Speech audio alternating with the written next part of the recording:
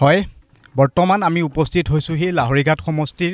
যে ব্ৰহ্মপুত্ৰৰ পাৰত আমি উপস্থিত হৈছোহি এনি ভাৰতৰ যে পৰিয়াল এনি ভাৰতৰ পৰিয়াল আমি উপস্থিত হৈছোহি লাহৰীঘাট কাঠনি যে গৰম বজাৰ লাহৰীঘাট কাঠনি গৰম বজাৰৰ এই ব্ৰহ্মপুত্ৰৰ পাৰত আহি উপস্থিত হৈছোঁ নগাঁও লোকসভা সমষ্টিৰ অন্তৰ্গত এই লাহৰীঘাট সমষ্টি এটা জ্বলন্ত সমস্যা হৈছে লাহৰীঘাট সমষ্টিৰ গৰাখহনীয়া বান আৰু গৰাখহনীয়া বৰ্তমান মোৰ কেমেৰাৰ সতীৰ্থই সেই দৃশ্যাৱলী দেখাইছে এয়া হৈছে লাহৰীঘাটৰ যি কাঠনি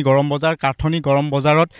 দীৰ্ঘদিনৰ পৰা কি ধৰণে ব্ৰহ্মপুত্ৰৰ যি গৰাখহনীয়া কি ধৰণে ৰাইজক জুৰুলা কৰিছে তাৰ এটা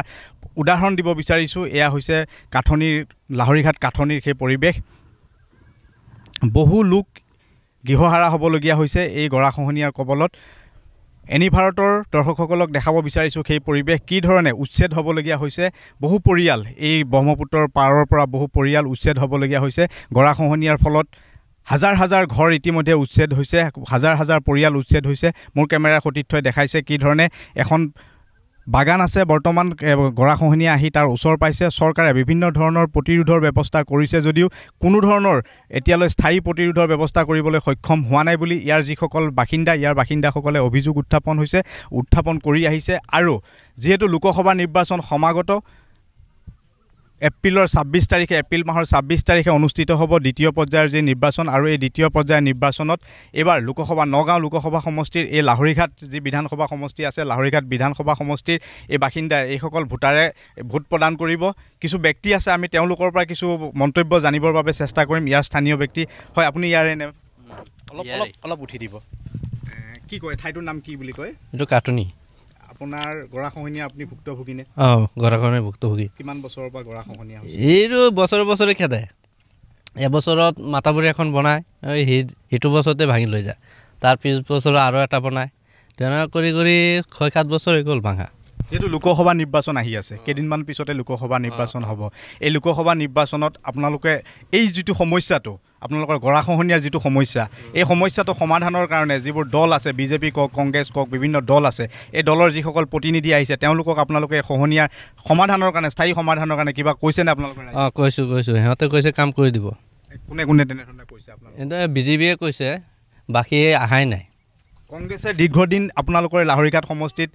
দখল কৰি আছে কংগ্ৰেছৰ মন্ত্ৰী আছিলে কংগ্ৰেছৰ পৰা ইয়াত ডাক্তৰ নজৰুল ইছলাম বৰ্তমান তেওঁৰ পুত্ৰ ডাক্তৰ আসিফ মহম্মদ নাজাৰ বিধায়কো তেনে সময়ত এই গৰাখহনীয়া প্ৰতিৰোধৰ কাৰণে মন্ত্ৰীৰ দিনৰ পৰা বৰ্তমানলৈ কেনেধৰণৰ পদক্ষেপ লৈছে এইটো যিয়ে কৰিছে খালি ভাঙিয়ে লৈ যায় এই পাৰৰ কাম কোনেও কৰা নাই পাৰ্কো পাইন বা আপোনাৰ জিৰো বেগ পেলাইছে পাৰ্কো পেলাইছে এই বাঁহৰ এইবিলাকেই পেলাইছে পাৰৰ কাম কোনেও কৰা নাই এতিয়া কালি শুনি পাইছোঁ বিজেপিয়ে বুলি কৰি দিব আপোনালোকে এবাৰ যিহেতু নিৰ্বাচন হ'ব আপোনালোকে সমস্যাটো বিজেপিয়ে কৈছে কেনেধৰণে আপোনালোকে এবাৰ ইলেকশ্যনত আপোনালোকে আগবাঢ়িব কেনেধৰণৰ আপোনালোকে বিচাৰিব এইটো এতিয়া ৰাইজে কি কয় তেতিয়াতো অকলৰ কথা নহয় এতিয়া গোটেই ৰাইজে যিপিনে ভাল পাব সিহঁতে জিতাওক এতিয়া যেনে ভাল কৰিব তাকেই দিম আমিতো ভালৰ আৰু এগৰাকী আছে ইয়াৰে তেওঁ সৰু এটা ব্যৱসায়ী কৰি আছে কিছু আমি তেখেতৰ পৰা কিছু মন্তব্য ল'বৰ কাৰণে চেষ্টা কৰিম কেনেধৰণৰ আপোনাৰ নামটো কি ক'লে মোহাম্মদ ৰাজিবুল ইছলাম কিমান দিনৰ পৰা আপুনি ইয়াত দোকান দিয়া বহুত দিন হ'ল আমাৰ দেউতা আগতে দিছিলে এতিয়া দেউতা মৰিলে মই বহি আছোঁ মূল সমস্যাটো কি অঞ্চলত সমস্যা মানে কি আমাৰ আগত সেইফালে মাটি আছিল ঘৰ বাৰী আছিল নদী গৰাখহনীয়া লৈ গ'ল এতিয়া আমি ইয়াত মাতাবৰী আছোঁ আৰু যেনে তেনে যিহেতু নিৰ্বাচন অনুষ্ঠিত হ'ব লোকসভাৰ নিৰ্বাচন কি বিচাৰিব আপোনালোকে কি দাবী উত্থাপন কৰিছে আপোনালোকে দাবী আমাৰ নদীৰ যিটো গৰাখহনীয়া সমস্যা আছে এইটো যদি পাৰ বাংটো কিবা এই প্ৰটেকশ্যন দি দিয়ে তেতিয়াহ'লে আমাৰ নিৰাপত্তা হ'লে হয় এইটো কাৰণে মানে আমি